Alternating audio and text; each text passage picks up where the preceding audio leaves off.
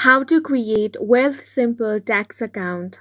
Hi guys, welcome to our channel. Let's begin. The first thing you want to do is open up any web browser. Now you want to head over to wealthsimple.com. Once you land on this web page, click on the login option. Now, you want to click on sign up to create a new account. Here, you will have to enter your name, which is optional, then enter your email and then create a password.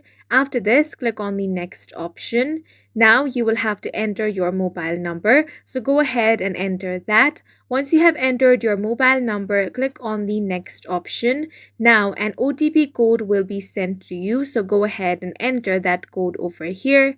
After this, click on the next option. Now you will have to verify your email. For that, go ahead and check your mail. In the inbox, you will find an email from Wealthsimple. Click on confirm my email.